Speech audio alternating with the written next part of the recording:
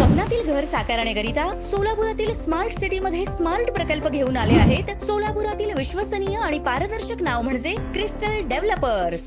उजनी धरणानं 44 वर्षांच्या इतिहासातील सर्वात निच्चांकी पातळी गाठली असून जिथं 50 ते 100 फूट पाणी असतं अशा ठिकाणी चक्क मोकळं मैदान झाल्याचं दिसून येत आहे। उजनी धरणाची इतकी कोरडी अवस्था यापूर्वी कधीच पाहायला मिळाली नव्हती, तेवढी यंदाच्या मे महिन्यात दिसत आहे। यापूर्वी 30 जून 2019 रोजी उजनी धरण -59.05% इतक्या निच्चांकी पातळीला गेलं होतं। त्यानंतर 5 वर्षात ही निच्चांकी पातळी 1 महिना आधीच ओलांडत उजनी धरणानं थेट -59.30% एवढी निच्चांकी पातळी गाठली आहे। त्यामुळे उजनी धरणावरील सर्व यंत्रणा बंद पडल्या असून धरणात आता केवळ -31 TMC एवढाच पाणीसाठा शिल्लक आहे। उजनी धरणाची क्षमता 100% भरल्यानंतर 112 TMC एवढी असून प्रशासनानं धरणात 111% म्हणजे 123 TMC पाणी साठवण्याची व्यवस्था केली आहे। अशा स्थितीत 1980 साली पाणी भरण्यास सुरुवात झालेल्या या उजनी धरणानं 44 वर्षातील सर्वात निच्चांकी पातळी ओलांडली आहे। पुरातत्व विभागाच्या मार्गदर्शनानुसार पंढरपुरातील विठ्ठल रुक्मिणी देवस्थान समिती मंदिराचा जीर्णोद्धार जलद गतीनं करत आहे। त्यामुळे मंदिराला मूळ स्वरूप प्राप्त होणार आहे।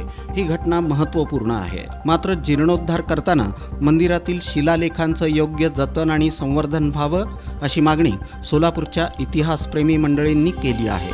विठ्ठल रुक्मिणी मंदिरात 15 शिलालेख आहेत। इतिहासाचार्य V.K. राजवाडे, डॉक्टर शोभना गोखले, आनंद कुंभार, तुळपुळे, वाल मंजुळ यांनी अथक परिश्रम करून शिलालेखांचं वाचन केलं आहे। ते शिलालेख मंदिराच्या भिंतीवर आणि स्तंभावर आहेत।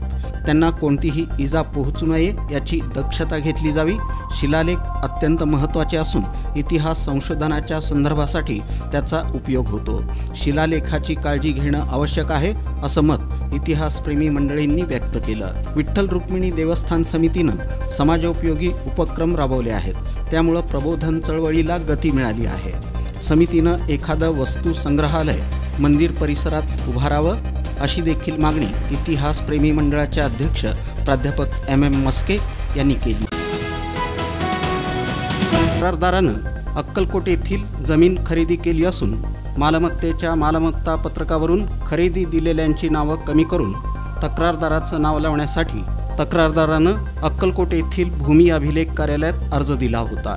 या अर्जाच्या अनुषंगानं मालमत्ता पत्रकावरील मृत व्यक्तीचं नाव महाराष्ट्र जमीन महसूल अधिनियम कलम 155 प्रमाणे नोटीस काढून आणि त्यांच्या वारसाच्या नावावर कलम 258 प्रमाणे नोटीस काढून नावावर कंस करून त्याप्रमाणे फेर नोंद घेण्यासाठी परिरक्षण भूमापक संतोष रामलिंग हंचे यानं तक्रारदाराकडे 5000 रुपये लाचेची मागणी केली। याबाबत तक्रारदारानं सोलापूरच्या लाचलुचपत प्रतिबंधक खात्याशी संपर्क साधून तक्रार नोंदवली।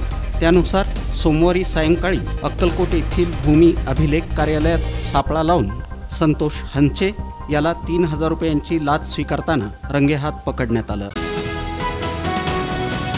मोहोळ तालुक्यात वादळी वाऱ्यामुळे अनेक घरांची पडझड झाली आहे। पत्रे उडून गेले आहेत। फळबागा, केळी, द्राक्ष, डाळिंब आदी फळबागांचं मोठ्या प्रमाणात नुकसान झालं आहे। पॉली हाऊस वादळी वाऱ्यानं जमीनदोस्त होऊन संपूर्ण रोपांचं मोठ्या प्रमाणात नुकसान झालं आहे। जनावरांचे पत्रा शेड उडून गेल्यानं अनेक जनावरं जखमी आणि मृत्युमुखी पडली आहेत। जगाच्या पोशिंद्याचा सहानुभूतीपूर्वक विचार करून तातडीनं पंचनामे करून नुकसानग्रस्तांना तातडीनं नुकसान भरपाई मिळावी।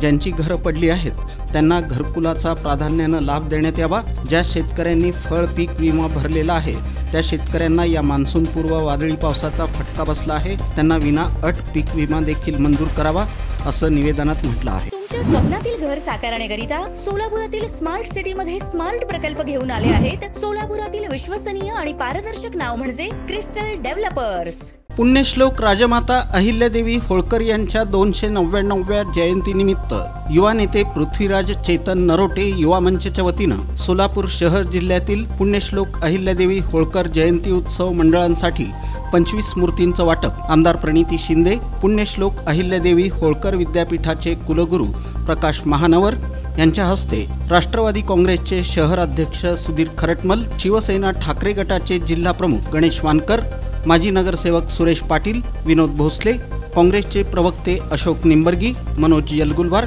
बाळासाहेब शेळके, संयोजक चेतन नरोटे, पृथ्वीराज नरोटे, मध्यवर्तीचे अध्यक्ष अमर हळ्ळी, सागर पिसे, जयवंत सलगर, माणिक नरोटे, अक्षय वागसे, अशोक देवकते, महिला अध्यक्षा प्रमिला तुपलवंडे यांच्या प्रमुख उपस्थितीत डॉक्टर निर्मलकुमार फडकुले सभागृहात करण्यात आलं.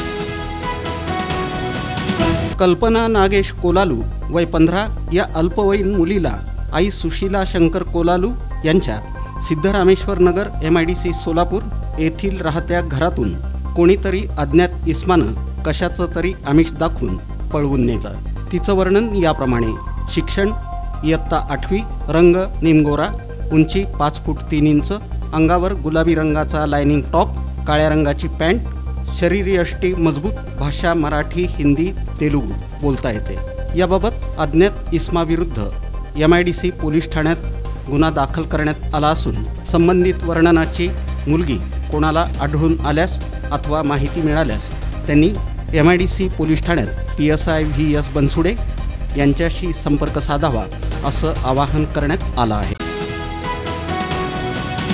याबाबत हकीकत अशी: सिद्धेश्वर कामूर्ती वय 74 हे दिनांक 13 मे रोजी रात्री 8च्या सुमारास अक्कलकोट रोडवर आसाराम बापू आश्रमाच्या गेटजवळ पायी रस्ता ओलांडत असताना एका अज्ञात 4 चाकी वाहन चालकानं त्याच्या ताब्यातील वाहन निष्काळजीपणानं हयगयीनं चालवून त्यांना जोराची धडक देऊन त्यांच्या डोक्यास गंभीर दुखापत करून त्यांच्या मृत्यूस कारणीभूत ठरल्याबद्दल अनिल सिद्धेश्वर कामूर्ती वय 46 राहणार नृसिंह विडी घरकुल अक्कलकोट रोड सोलापूर यांनी दिलेल्या फिर्यादीवरून MIDC पोलीस ठाण्यात अज्ञात 4 चाकी वाहन चालकावर गुन्हा दाखल करण्यात आला. अधिक तपास पोलीस हेड कॉन्स्टेबल गायकवाड हे करतायत. मुंबई येथील गरवारे क्लबमध्ये राष्ट्रवादी काँग्रेस महाराष्ट्र राज्य कार्यकारिणीची बैठक नुकतीच पार पडली. यावेळी माजी नगरसेवक आनंद चंदनशिवे यांनी सोलापूर लोकसभा मतदारसंघाच्या निवडणुकीचा अहवाल राष्ट्रवादी काँग्रेस पक्षाचे राष्ट्रीय अध्यक्ष तथा राज्याचे उपमुख्यमंत्री अजित पवार यांना सादर केला. तसंच महायुतीचे उमेदवार आमदार राम सातपुते यांचा विजय निश्चित असल्याची माहिती आनंद चंदनशिवे यांनी अजित पवारांना दिली. तुमच्या स्वप्नातील घर साकारण्याकरिता सोलापुरातील स्मार्ट सिटीमध्ये स्मार्ट प्रकल्प घेऊन आले आहेत. सोलापुरातील विश्वसनीय आणि पारदर्शक नाव म्हणजे क्रिस्टल डेव्हलपर्स. महापालिकेतील विविध संवर्गातील 249 बदली रोजंदारी कर्मचारी आणि 16 वाहन चालकांना सेवेत कायम करण्यासाठी सोलापूर महानगरपालिका महामानव डॉक्टर बाबासाहेब आंबेडकर ट्रेड युनियनच्या वतीनं पालिका आयुक्त शीतलतेली उगले यांना आमदार प्रणिती शिंदे यांच्या सूचनेनुसार काँग्रेसचे शहराध्यक्ष चेतन नरोटे, माजी नगरसेवक बाबा मिस्त्री, प्रवीण निकाळजे, विनोद भोसले, युनियनचे अध्यक्ष बापू सदाफुले, सचिव विठ्ठल सोनकांबळे, कार्याध्यक्ष योहान कानेपागुलू, खजिनदार अरुण म्हेत्रे, रामचंदन शिवे, सतीश कांबळे यांच्या शिष्टमंडळानं पुण्यश्लोक अहिल्यादेवी होळकर सोलापूर विद्यापीठात मागील शैक्षणिक वर्षात 2023-24 मध्ये भरतीत मोठ्या प्रमाणावर अनिश्चितता दिसून आली. यावर्षी होणारी भरती ही गुणवत्तेनुसार आणि आरक्षण धोरणाचं पालन करून व्हावी अशी मागणी अधिसभा सदस्य गणेश डोंगरे यांनी कुलगुरू डॉक्टर प्रकाश महानवर यांच्याकडे निवेदनाद्वारे केली. मागील वर्षी उच्च शैक्षणिक अर्हता डावलून तसंच आरक्षण धोरणाला तिलांजली देत काही हितसंबंधी लोकांच्या नेमणुका करण्यात आल्या. या संदर्भात अधिसभेत विद्यापीठ प्रशासनाला धारेवर धरण्यात आलं होतं.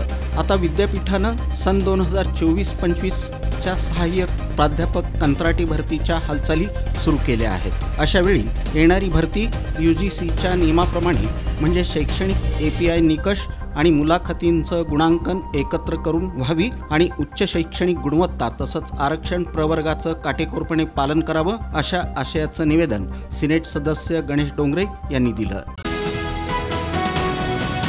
तुमच्या स्वप्नातील घर साकारण्याकरिता सोलापुरातील स्मार्ट सिटीमध्ये स्मार्ट प्रकल्प घेऊन आले आहेत. सोलापुरातील विश्वसनीय आणि पारदर्शक नाव म्हणजे क्रिस्टल डेव्हलपर्स.